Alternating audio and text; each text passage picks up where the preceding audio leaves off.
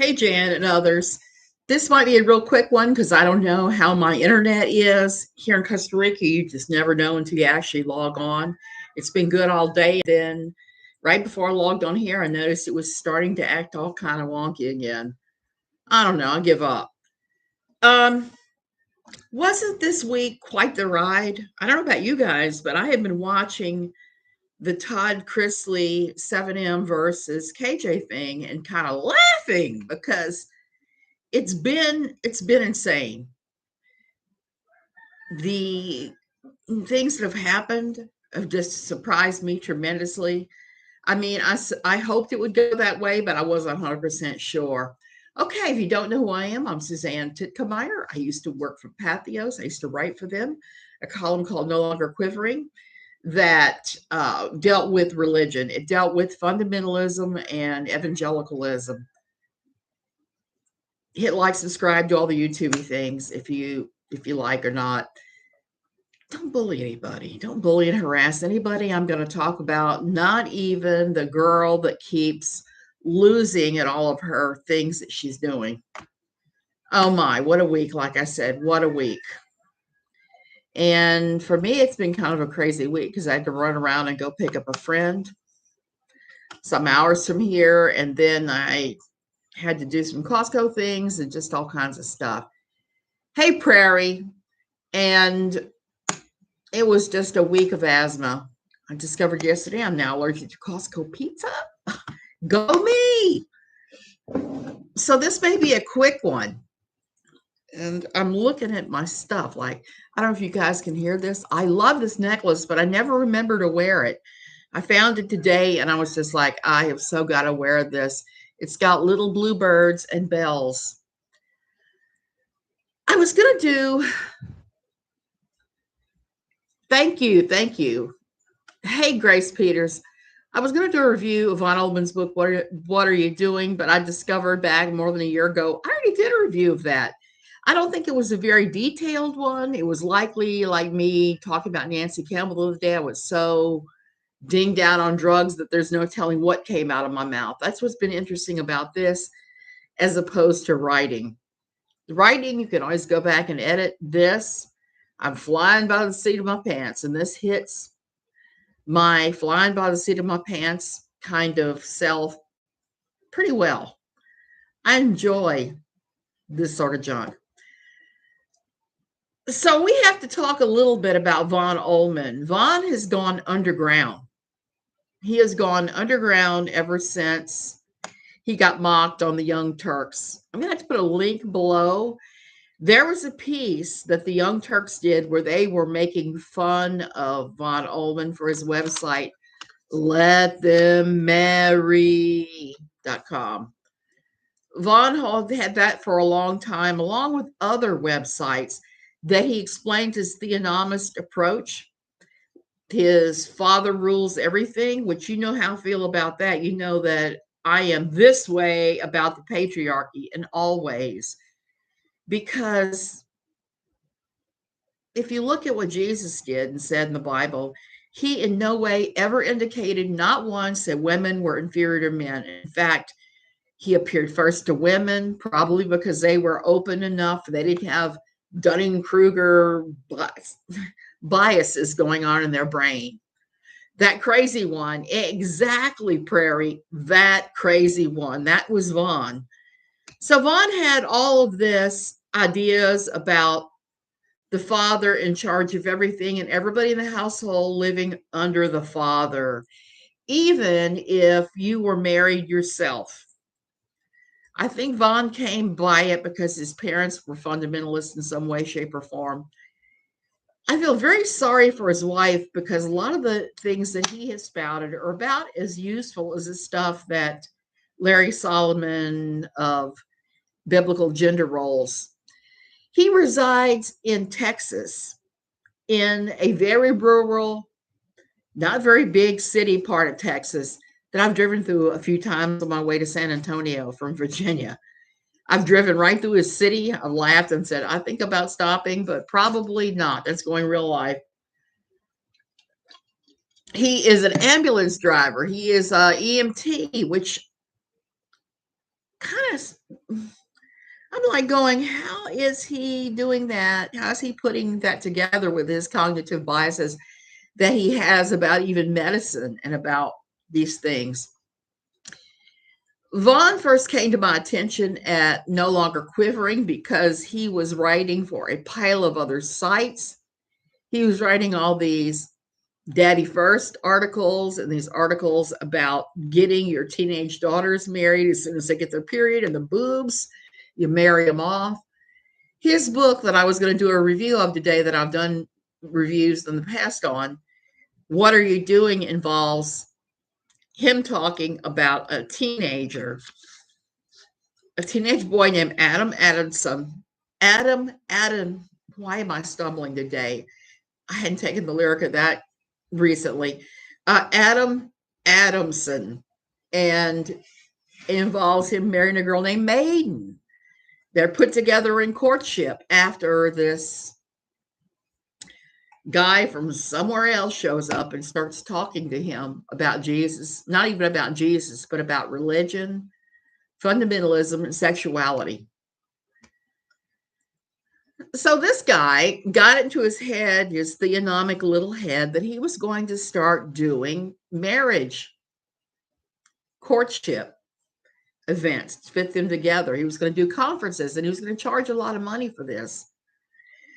He was charging, it was well over $1,000 to attend the conference. And supposedly he had lots of signups, was my understanding. Not only did he have Let Them Marry and other websites like that, and the Practical Theonomist, that was one of his websites. He was matchmaking. He saw himself as some kind of great matchmaker. He was going to do that. So essentially, he was trying to be a matchmaker. And the conference was going to be in Wichita. That's exactly right. It was going to be in Wichita. But we started kind of exposing him and mocking him along with a few other writers at Pathos. And guess what happened to his conference? Yes, it did get pulled. And he went underground at that point because he said that people were lying about him. Now, when he first came to my attention, I actually interviewed him a few times and talked to him because he used to post on the comments quite frequently at NLQ. And it was an S show. You know what I'm talking about. It was a show, and not a good one. He always had a biblical answer. It never involved Jesus. It always involved God the Father punishing the crap out of somebody who wasn't doing things how he thought they should be done. Okay, I'm going to pull this down. It's too long. So that was Vaughn. That was Vaughn's whole shtick. And the more I talked to him about it, the more kind of almost evil it sounded, because he wanted to have girls married. And as I stated in NLQ, and I'm going to throw this out there, I was 11 when I got my period. I was in no way, shape, or form anywhere near ready to marry, not physically, not emotionally, not anything. And when I married later as a teen, same deal. Teenagers marrying other teenagers is always going to be a very bad idea. And it's always going to turn out pretty damn crazy. But you have Vaughn, and he's pushing this. So the conference got canceled. He went underground, and the Young Turks mocked the crap out of him. Somehow they managed to pronounce my name correctly, which I got to say I was impressed. Was also 11 at Menarche. By 14, 15, I was ready to be a mother. Well, I was physically ready at that point to be a mother, but I was not ready in here. I married at 16 the first time. I eloped. I went off to Mississippi with my much older boyfriend, who was of legal age, and they let us marry. All we had to do was send a registered letter to my parents saying, hey, I'm married. And if 3 days had gone by, which usually takes about that long for the mail in those days, they were out of luck. They could not overturn the marriage. And I can't tell you how upset my family was. They took me away to the family beach house and tried to talk me out of it. And I was kind of like, nope, talk to the hand. I'm so ready to be married. Big mistake. So I know for a fact from my own experiences and from what I've observed around me in my old church that getting married too young is always a bad idea. My husband and I were talking the other day about how everybody in our little friend group at our old fundamentalist quiverful church, everybody in our friend group that hung around together, except for us, had gotten married when they were like anywhere from 17 to 21. And there was cheating in each and every relationship. And I turned to my husband and says, there's so much cheating because they never got the chance to have the slutty college girl experience, which most everybody I know went to college had. And you get out your wild oats, you get out fooling with the bad boys, and then you stop. We talked about that quite a bit, and so Vaughn's written a whole pile of other books. I haven't been able to find too many of them. I've tried, but one of the books he's written, or I think it was a couple of books in a series, he wrote about a boy that woke up with a vagina and a girl that woke up with a penis. Teenagers, not even of legal age. And weird biblical hijinks happened, including them getting married. And eventually the fates or whatever changed them back. Yes, all of his books involve teenagers and sexuality. And this is a grown-ass man. This is not a young man that's saying and doing these things and looking at them. Most of his books are way out of print. You can't get them anymore. And I wish that among my many books that made it here, that some of my Fundy Town books had made it, because very few of them did. Like the Nancy Campbell one I had that was all comments from the internet. That one made it here, but not this Vaughn Ohlman one that just made me laugh.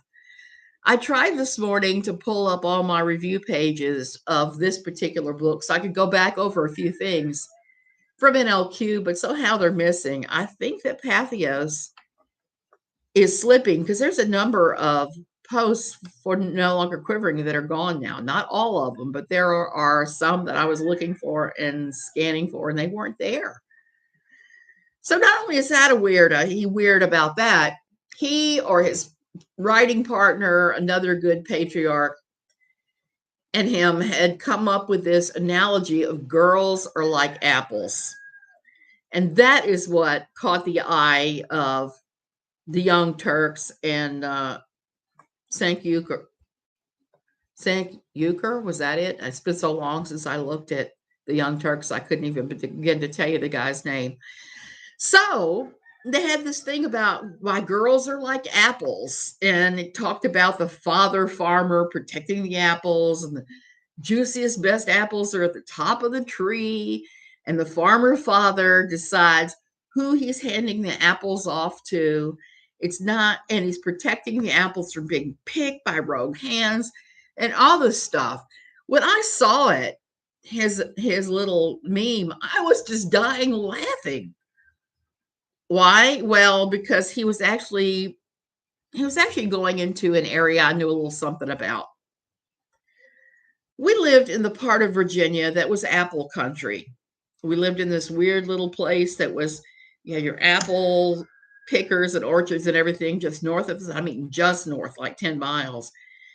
And then right off to our left, you had horse country and everyone had horses.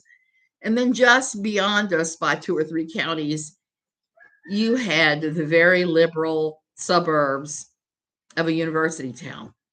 So we were smack dab in the middle of this. And I had apple trees. I'd grown apples a number of times. And I knew exactly how false his meme was. I wrote an article about it for NLQ, where No Longer Quivering, where I explained about what happens when you grow apples. Good morning from Costa Rica to you in Norway. I'm apple shaped up top. Well, his apples and the father giving out the apples to the various people was really funny because he was carrying on about the father giving the apples to the right apple to the right boy. Well, in apple growing, there is a lot that just really ran contrary to everything he was saying. Most apple crops, and apples are one of those things you can't pick with a machine. You have to hand pick apples for the most part. They're easy to bruise. You have to pick them correctly, handle them correctly. And most of the people that come in and pick the apple crop, and I used to see a lot of them. We had owned our store in near the Shenandoah National Park. We owned a convenience store for a while. We had a ton of people that would come through that were picking the apple crop that were Haitians. Very nice people, I'm going to say. And I actually was able to speak to them because I still retained at that point enough Cajun French where I could speak with them. So you have all these immigrants touching all the apples, picking the apples. Very few people from the States do that. It's almost entirely Mexican, Haitian, Central American. Those are the people that come in and pick these crops. So right away, Vaughn and his isolationist, whites only type thinking is violated by all those brown hands on the apples. So I just laughed about that. He talked about the farmer keeping the apples pure and sweet and perfect. Let me tell you what BS that is. Apple picking is so much fun. We have many orchards in Nebraska City. People go pay to pick the fruit. There are places like that in Virginia too. I've been to a few of them. So when the apples come off the tree and I'm getting ready to make apple jelly or apple whatever like I used to make, the very first thing you have to do is wash those suckers. They are covered with dirt. There's pollution. There's birds crapping them on them. There's all kinds of stuff. So the apples are dirty. I would give them a nice bath in some water, hot, warm water, vinegar, and sometimes even a cap full of bleach if they were extremely weirdly dirty. So that was the other thing he said. The farmers aren't keeping those apples pure. Those apples are out in the elements and they're picking up whatever dirt there is actually out in the elements. And then there's the grading and the sorting, the throwing out the ones with the bad spots that are less than perfect. There's all sorts of sorting and judging that goes on. Again, not the father taking the apples and saying, "Here, son, have an apple. Have this precious apple and take care of it with your life." Baking soda and warm water. We weighed ours. So if there were any bugs, oh, you weighted them. Yes. Yep. Exactly. So there's different ways to assure there's no bugs. And there will be bugs. I'm sorry. There's just going to be bugs. There's going to be imperfect apples. There's all those things. So everything about growing and picking apples runs completely contrary to this meme they made. I mean, everything. So I laughed about that when that was what Shank Uger picked up for the Young Turks and was making fun of it.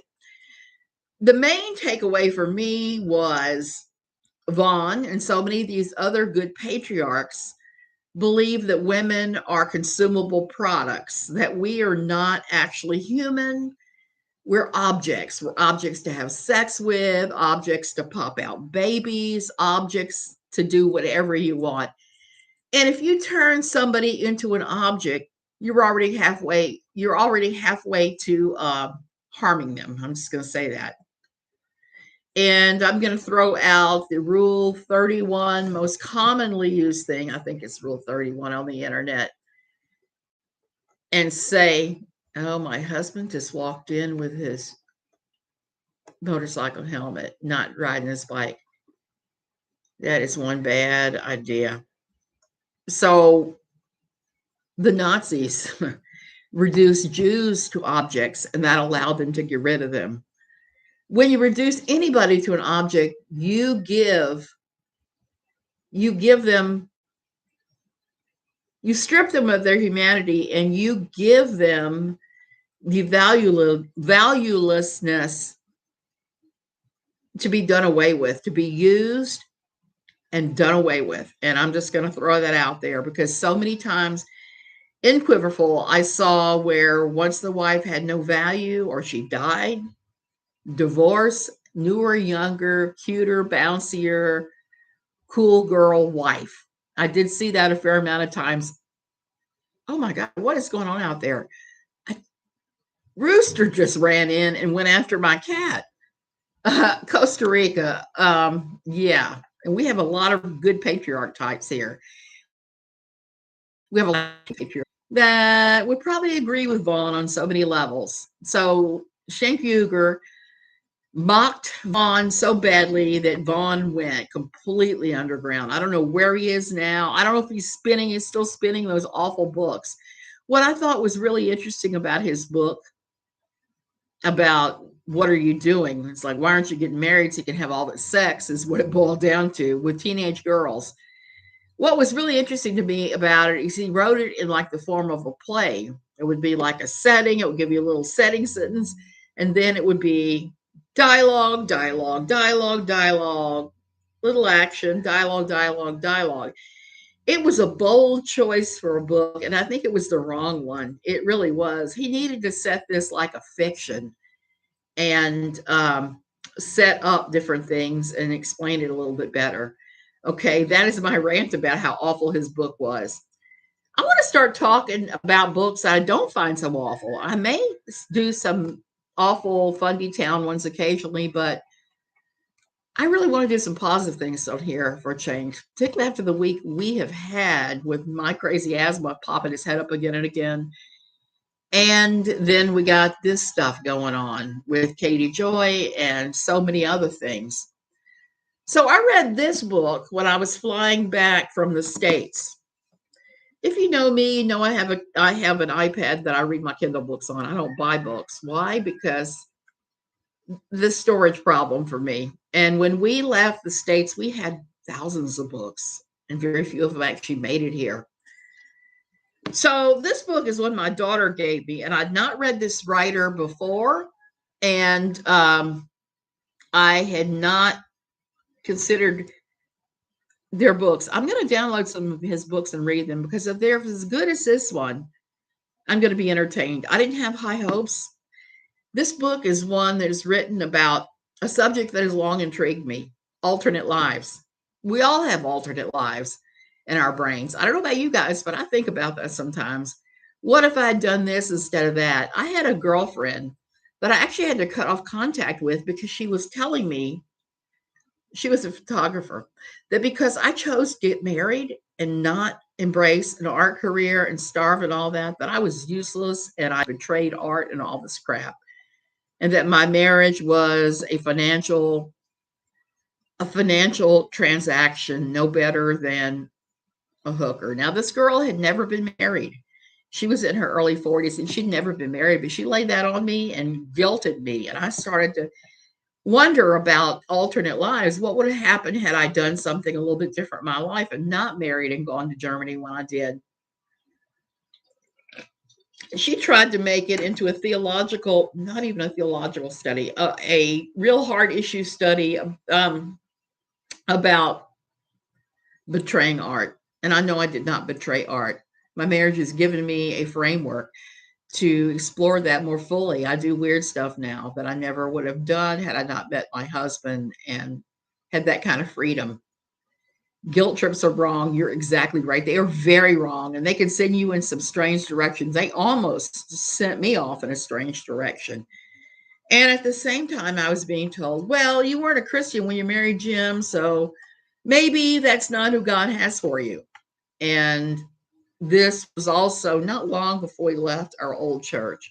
And I was already being told, leave your husband, because of his deciding that the church was not a good thing. And it all had to do with the issues of exorcism, because he started trying to leave as soon as they started talking about this exorcism thing that they had done on these girls and on a house. That was his line in the sand, his pulling out of the thread. He was like, oh no, I got to go. And I ended up joining him because their reaction was to harass me and tell me, well, if you were a good enough wife, he would have stayed. And like I said the other day, my daughter was exposed to some of this guy's nonsense, and I just decided I had enough. So anyway, the book is by Matt Haig. It's called The Midnight Library. I had low expectations when I picked this up and I started reading it, but let me tell you, this is one of the best books I've read in a long time. The main character had almost touched greatness at one point, but she's in a bad way. She's in that weird middle-aged space that we all get into, the same space that I was in when I started listening to this friend who tried to gaslight me and pretty well did a good job of it. She is getting ready to kill herself. I mean, she's plotting her unaliving, she's plotting it. And then she discovers the Midnight Library.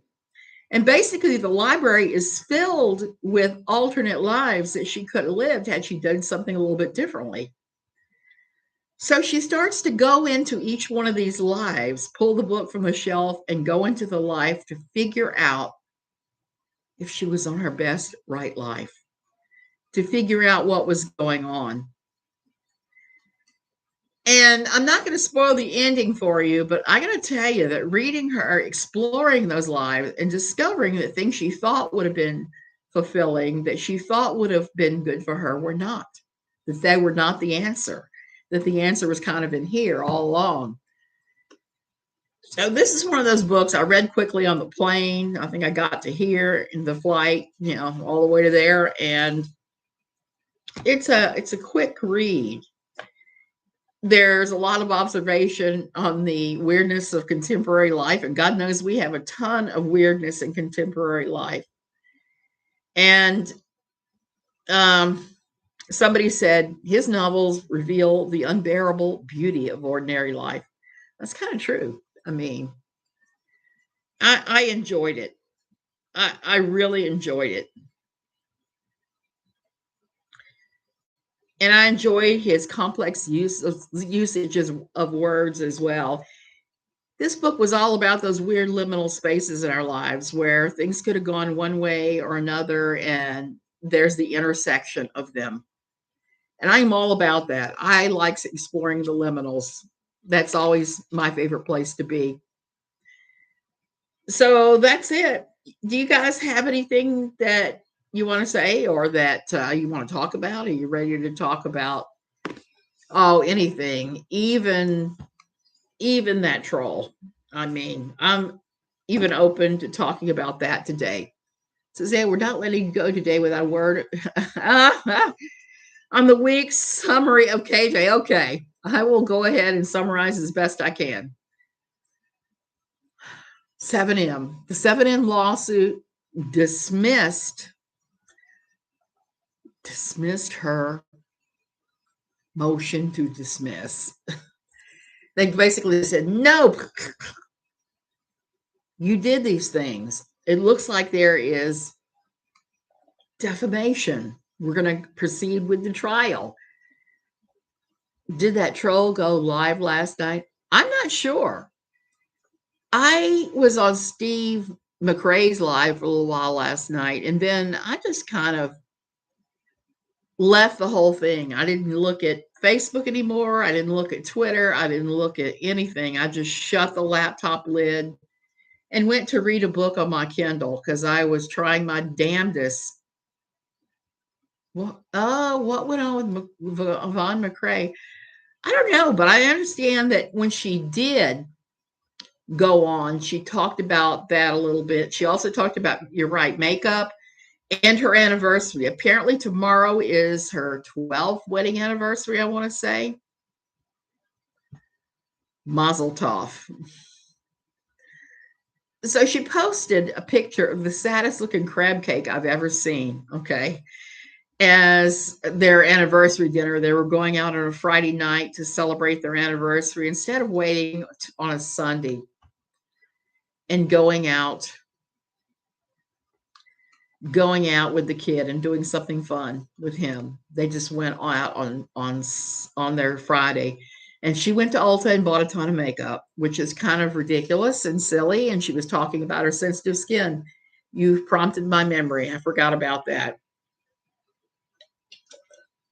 Somebody on Twitter was poking fun of me because I was talking about her sensitive skin and how she has to use all these very expensive options. That's a pile of BS. I have a lot of options that are not so expensive that I use that are great when you have allergies and you have asthma and you have all this stuff and you can't use many of these things. You know me, coconut oil is my go-to, but there are a few lesser cosmetics, lesser expensive ones that are really good. And she just kept talking about the different ones, the expensive ones in her makeup. Is she really that expert? I don't think so. Did she show what she bought? Is it repeatable? She did show what she bought, and it should be replayable. I think it was on, I want to say it was a YouTube video, not a YouTube video, a Facebook video, because she's done a ton of those lately.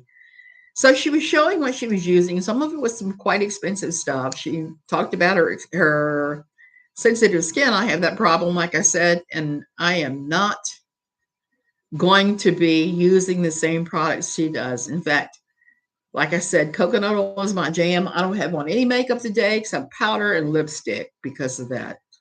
And there are a lot of really great options that aren't so bad. My new go-to lipstick is Revlon, believe it or not. I'm not reacting to it. I'm wearing it. I used to only use Neutrogena products for so many things. I still use quite a few of their makeup items. But when I got here, they have all these lip stains that are not glossy, that feel like they just dry your lips out that I was using. So to be able to get an old-fashioned lipstick, and before that, I only used Clinique and Estee Lauder lipsticks I liked a lot. But those are not obtainable here, and Revlon is. So that's the difference for me that led me to start trying to use different things that I had not used in a long time. So that's about her and her makeup. She did that, and she said that the gals at Ulta are good friends and all of that. She took it down. Ooh, yes, Jan. I sometimes do use straight old coconut oil. Let me see if I even have it. I used to have it sitting here, one of them, but I think I moved it to the bathroom. All my coconut oils. One of the coconut oil I use is in a little spray bottle. I use it on my hair, my face. I've used all kinds of different organic coconut oils. I've even used Costco's brand one for a while. Llama Girl has it. Oh, yeah. So she's already taken that down. Oh, my God. What is going on with her? I know that she was spinning she didn't even address the 7M, getting her countersuit dismissed. She didn't say a word about it. She tried to spin what happened with Todd Chrisley as a win, as a positive, saying that she settled with the production company and the company that handles his podcast. She didn't settle nothing. A couple of videos that mentioned her kid, audios were taken down. That is the only thing I can see. And she tried to serve those two companies and didn't have addresses for them. And the lawsuit service came back. Oh, thank you so much, Flying Monk. My yarn fun thanks you. I've got to go get yarn soon. Actually, I may have to buy it in the States and sneak it in. Good morning, Tolo. Tulo. I don't know how to pronounce your name. I'm sorry. I'm kind of sucky about that. But the Todd Chrisley thing, she spun that as some kind of giant win. The judge in the Todd Chrisley lawsuit dismissed outright the portion of her lawsuit that deals with harassment, cyber stalking, and what was the name of that thing? And the part that dealt with swatting. The judge said that is criminal action, and you cannot take a criminal complaint in civil court. And this was civil court. They were just going to look at the issues of defamation. Now, the rest of her motion to dismiss has not been dealt with yet. But she has 2 weeks to cough up her stuff for discovery or else. And if she doesn't, I could see this judge saying, ruling for the plaintiff. Now, I've seen that happen. There have been cases where somebody's brought a lawsuit and the other person has dragged their feet and just not done it and not cooperated and not done discovery And the judge gets fed up with that nonsense and says, okay, summary judgment for the plaintiff. And I can see that happen. She also has her, I think, 21 days to reply to the 7M lawsuit. Yes, she certainly does, Laura. She does. And she couldn't produce a source, right? Yes, they forced her to admit there was no source, that the only source she had was online gossip columns. That was basically it. That and the Sun. So she was forced to admit there was no crew member that was feeding her information from Chrisley Knows Best. So she lost bigly, even though her lawyer was arguing, oh, she's complied with discovery. And what is discovery? What's the actual definition of discovery? They were trying that nonsense. I don't know how to pronounce it either. My brother called me that old lady, the old lady out west who reads all the time, and that's where it came from. I'm that old lady out south that reads all the time, so I can relate to that. So the Todd Chrisley case, she didn't win nothing. She's got 2 weeks to cough up everything if she doesn't, or she decides to drag her feet. I can see this judge going with just awarding the whole thing to Todd Chrisley. The other thing I can see is this judge hitting her with contempt of court, and that happens too sometimes. I've seen people be sentenced to a month in jail for that. Can you imagine her in jail? Can you imagine how that would go? I'm sure she would play the my kid is sick card. But if she were to do that, I don't think it would go well because Todd and the nurses. I don't think that she could legitimately claim that and get away with it. Of course, what do I know? Okay, Magic 8 Ball. Was there a possibility she'll be found in contempt of court in this lawsuit? Please say yes. Or at least give me an answer I can read. Yes. I love this thing when it gives me the answer I want. I hate it when it doesn't. So, yes, that's what it said. Yes, please. So that would be awesome. Her settlement with the third party really cannot be called a win. There are still podcasts by Todd Chrisley out there. No, it cannot be called a win. She didn't win. She didn't win a damn thing. Like I said, she couldn't even finish serving them. The fact that they pulled down the podcast where the Sun was talked about, to me, that indicates that Chrisley has a little class at least. Molly was talking about Letitia filing a suit. Something happened last night that just had Molly fired up. Greenworm, that could be anything. We don't know. She has been saying a lot, not Molly, but KJ has been saying a lot of really stupid stuff lately, including claiming a win in the Chrisley thing just because they pulled down a couple of things and she was able to not file that lawsuit. Hopefully, let's hoping.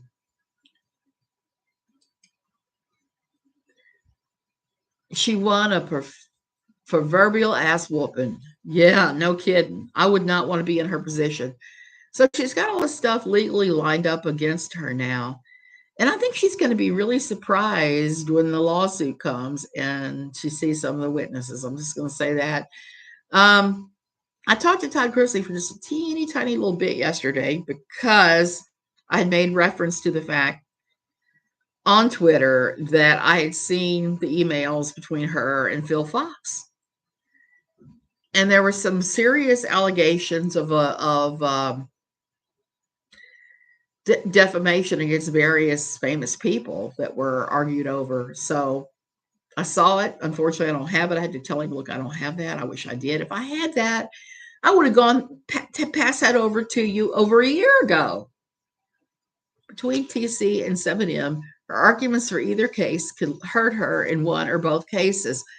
Laura, exactly, because the things she's saying can be used in the other cases. So she's actually arguing contrary things in both of those cases, which I find real amusing. I can't wait to see. And this also frees up them using what she said about Steve McRae in her lawsuit against Steve. I have read that. Steve has read it aloud on his channel. Let me tell you, it is full chock-a-brocka with lies. It just is. And she blames Steve for the same thing she was blaming Todd Chrisley for. Everybody she doesn't like, she accuses them of stalking her, harassing her. She accuses them of calling CPS on her. She accuses them of swatting her. So this is the same old all the time. Has to keep her crazy, unrealistic narrative to justify her BS conduct. If she isn't winning, then it's not real to her. But we live in reality. She reminds me 100% of a borderline personality. Yeah, she matches borderline. A lot of the things she does matches types of narcissism. I don't know. I'm not a mental health professional, but all I can say is from here, it looks like she's got a lot of the different things. So there is that. We don't know what's going to happen now with any of this. But I don't think it's anything good because both lawsuits are going to go ahead. They're not dismissing either one. Now, they haven't totally ruled on KJ's dismissal of the Todd Chrisley lawsuit yet. And yesterday it came out that Todd and Julie Chrisley have filed to have the original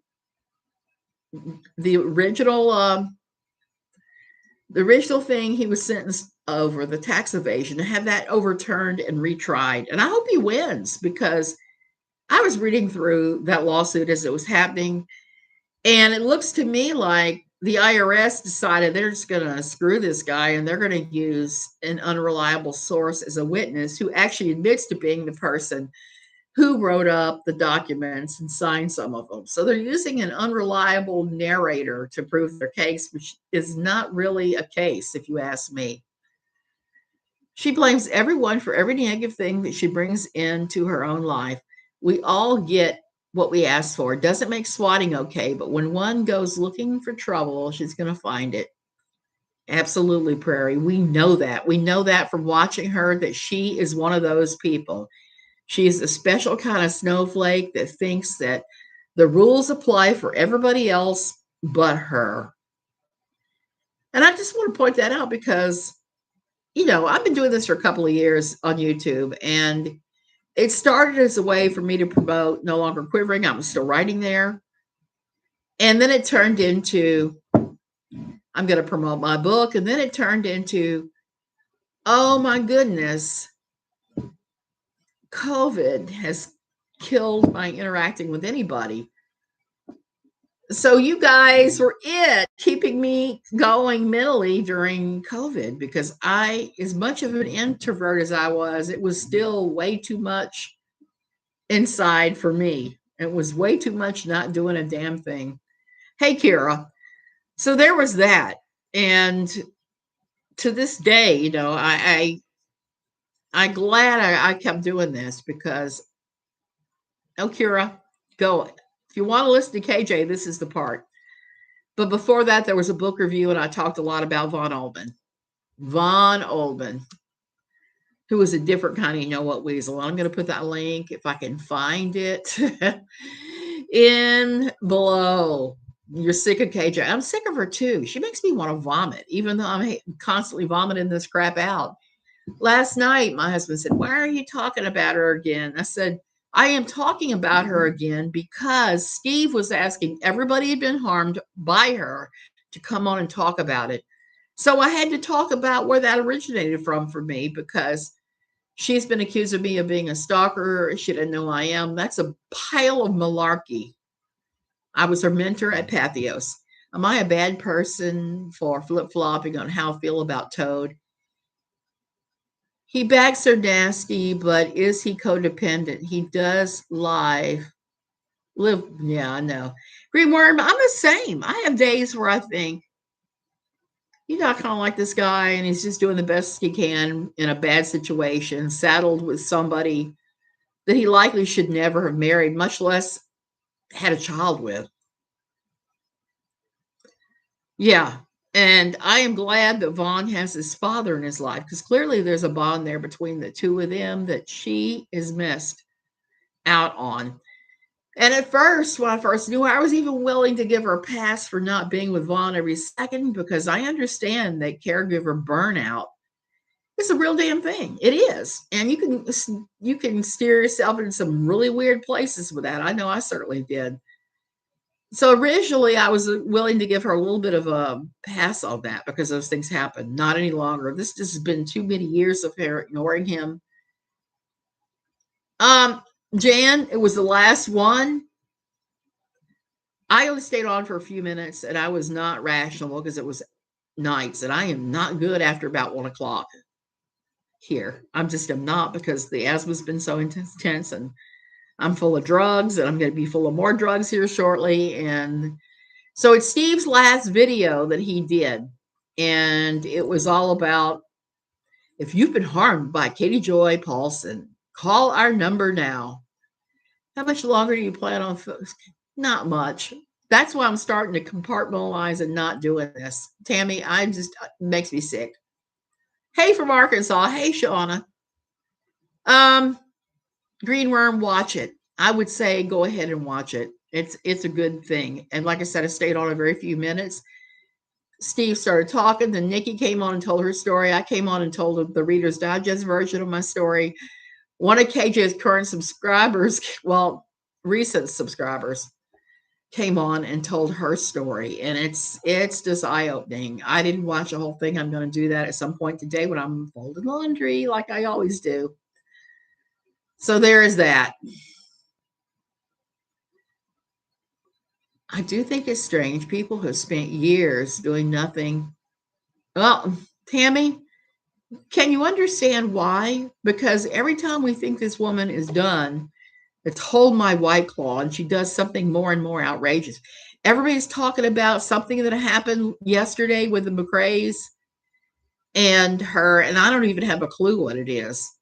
I was just concentrating on the lawsuit stuff for now. I really don't want to talk about the other stuff that much.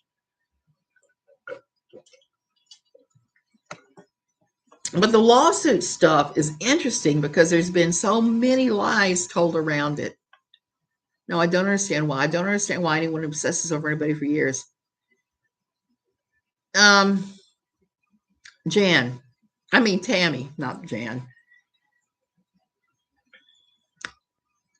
I believe I heard she's claiming to have won against the McRae stuff. He pulled out too. I don't know airwaves. I haven't heard that.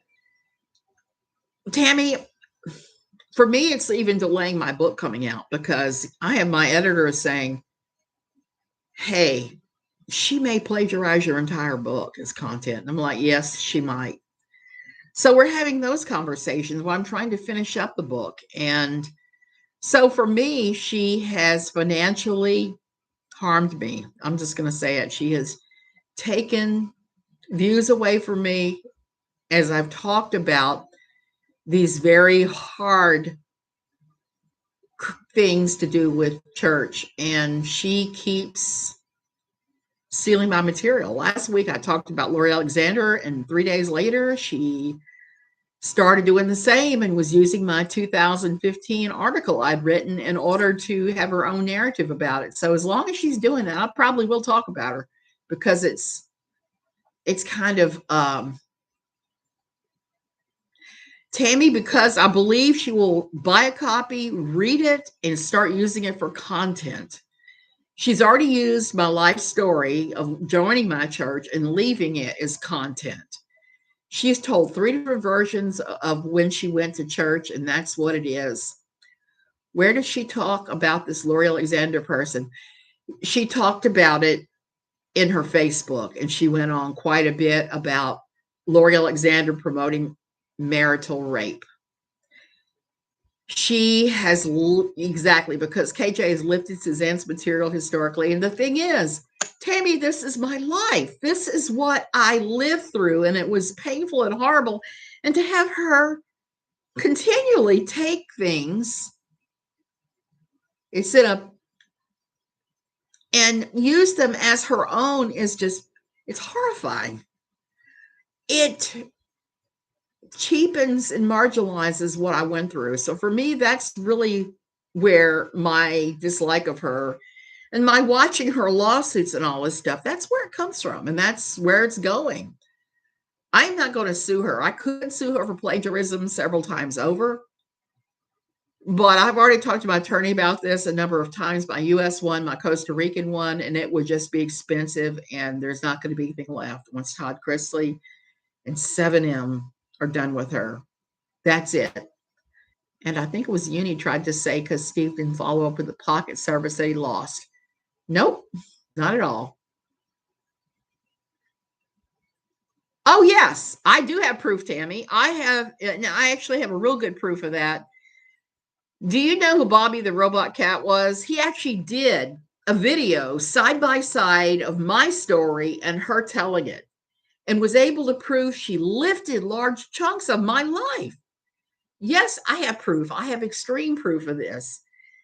Every time that I talk about something like Laura Alexander, and she turns around and uses the same content and says, Suzanne stole this from me, even though I did my video 3 days before she wrote about this a little bit for Facebook.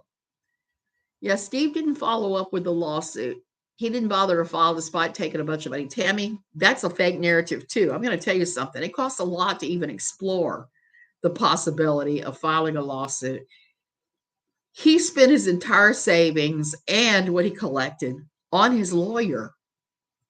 I have seen receipts for it. I have seen receipts. And I'm just going to say this. This isn't over. Steve is not completely out. Steve is a realist. Steve did the same thing I did, except he went farther. I went and consulted with my attorneys and paid for it out of my own pocket. And then once it was explained to me that winning wouldn't mean anything because there'd be no money and I'd have to outlay a ton of money. Let me tell you something. I am not living in a fancy house in Costa Rica with a swimming pool, a hot tub, a sauna, a guest house, and a brand spanking new car I paid cash for because I stupidly waste my money. I don't do that. So if I consult with my lawyer and pay that $300, $400, and he tells me this is my considered opinion and it's something to do with spending a lot of money for nothing, I won't do it. I will not sue her. In fact, I mocked and laughed at the fact that Todd Chrisley had everybody convinced there was going to be a class action lawsuit. Now, I like Todd, and I've talked to him a couple times, but it was just unrealistic to think there would ever be a class action lawsuit for her, against her for defamation. That's not how class action lawsuits work.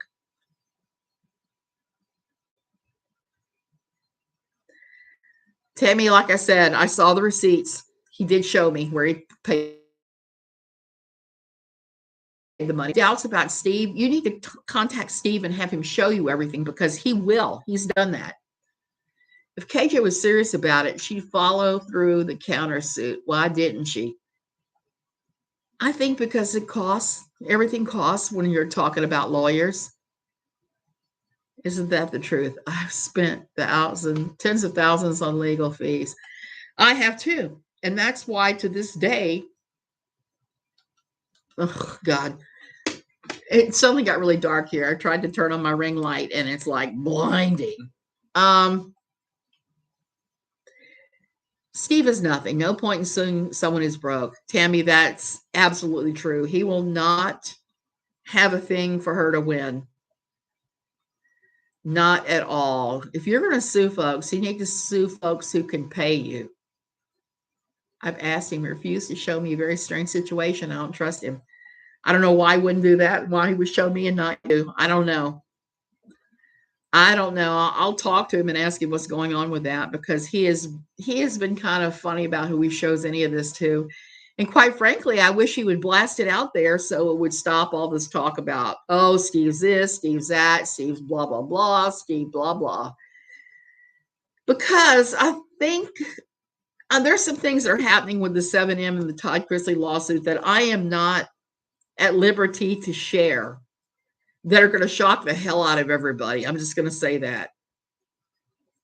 It's making him look really bad. Tammy, yeah, I think he should show everything. I was glad that he showed her countersuit because for a while there it was very hush hush secret squirrel. And I was like over it because she said in there that he had alienated her Pathos editor, which she was clearly referring to me, and I was never her editor. Never, never, never. He doesn't talk to Steve McGowan, who was Dale McGowan, who was our editor at all. So how could he alienate? Did you see the lawyer's commentary about Steve's situation? Which lawyers? Because I don't trust all the lawyers in the world. There's one lawyer out there who said stuff about this, who used to be a dirty cop. I wouldn't trust anything coming out of his mouth at all, at all. I'm not a big fan of law enforcement in the US. I'm just throw that out there too. So many times they start with good intentions. They end up being that jackass that acts like they have the only spoon in existence, and they're stirring up that pot of trouble and trying to make everybody else taste off the spoon. For me, that was a huge thing. I changed my ideas about the cops back many years ago when a friend of mine was shot in the back 5 times for not showing her driver's license to a cop. Yeah. Nate the lawyer. Okay. Uncivil is very conservative. So everything that comes out of his mouth, I run through that filter. Nate the lawyer used to be a cop. He was the one I was just talking about. I don't trust him at all. I don't know why Nate and Uncivil exactly have a hate boner for Steve, but they do. Nate is a joke. Uncivil doesn't know the consequences. Yeah. Nate hates Steve. That goes back a long time ago with a YouTube beef in another community who Nate is friends with still. I'm not surprised. Well, Tammy, I'm never going to change your mind on that. You're free to have any kind of feelings, thoughts, whatever about the whole situation that you want. I'm just going to say sit tight and watch what happens. That's all I'm going to say about any of this. Is there's just so many things going on that aren't out in the public, and I'm not at liberty to say any of them, because to do that would be betraying a pretty big confidence for me, and I don't do that. I'm loyal to my friends. But Nate the lawyer is so not a friend of mine. I avoid him. I watch Uncivil every now and then, but like I said, I filter what he says through knowing that he has his own little quirks, just like all of us do. We all have them. And you just kind of have to figure out what somebody else, what they're running. You know, I talk a lot here about the Dunning-Krueger effect and bias. We all have unconscious bias. I do. You do. Everybody does. And sometimes that comes to play in some not so nice things. Steve always acts like he's got some secret up his sleeve. A year ago, he claimed to have a secret bombshell evidence for his lawsuit, and then he didn't even file it. I don't watch Nate. Don't like him. Uncivil has a big bias. Yes, he does. There have also been things confided in me that are not yet public. Yeah, exactly. So let's just sit back and watch, and don't make snap judgments on who is awful and who isn't, just based on people running their mouths, even me running my mouth. I wish Steve would go ahead and expose all of this, but I know he has a reason for waiting. I just have to honor that. No, Tammy, what I'm talking about is not him playing games, and it could impact the lawsuits. I'm just going to say that. And those lawsuits aren't going anywhere. They're not, especially 7M. They've already ruled on the motion to dismiss and said, nope, nothing is dismissed. Oh my goodness. I'm sorry. I am extremely distracted. There's a mott right outside my window. It's this crazy bird we have here that looks like it's turquoise, and it's got this thing that looks like a pendulum on its tail. But he's doing this for years. Nothing ever comes of it except he's asking for dollars. Predicting the future is almost impossible. I'm going to sit back and observe. Well, you guys know the only prediction of the future I do is with this thing, and this thing is a joke. This is an enormous joke. When I say something like, will Steve be instrumental in the upcoming lawsuits?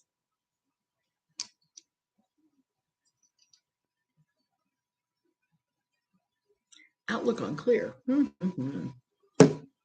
There you have it. We don't know. We just don't know. And that's one reason I kind of pick on tarot card readers and all of that, because I am not a fan of any of that stuff, because I think it's really hard to know the truth of any situation with anything. The answer is hazy. There's always going to be a crystal ball logic, just as good as an 8-ball. KJ hopes people won't fact check what she says. KJ lies and contradictions are proven, and the evidence is all over the place for those willing to do the research. I don't need dollar bills to have fun tonight. I love cheap thrills. You got it.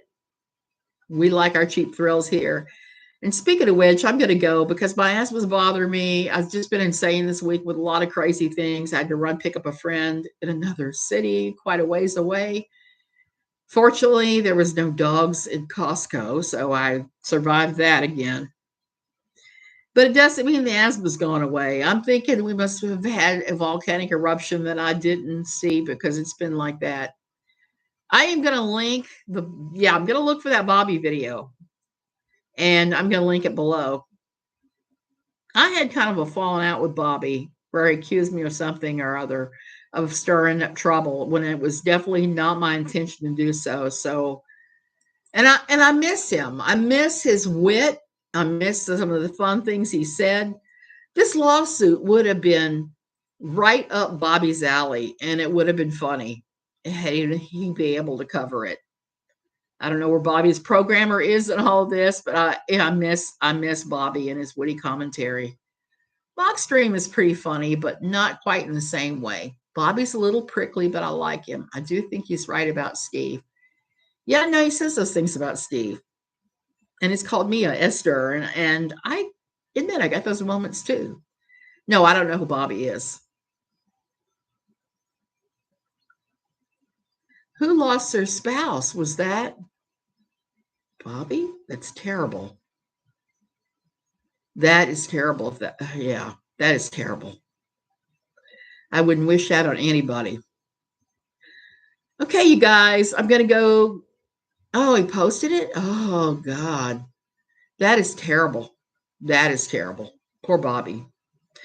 I don't hold it against him they picked on me, because it's kind of like a badge of honor in some ways, but it is what it is. I'm really sorry that he lost his spouse. Hopefully he will eventually get his mojo back and be making fun of people. I hope he comes back. Okay, guys, I'm going to go. Y'all have a great day. Be sure and research anything, and research the people that you're watching. Research it. Tammy, what other attitude could I have? I mean, even recently I was told a bunch of crap that Roadhog was saying about me that I had no idea about at all. And I just kind of laughed it off, because who is Roadhog? I mean, he doesn't know me. Okay, you guys, I love you all. See you later.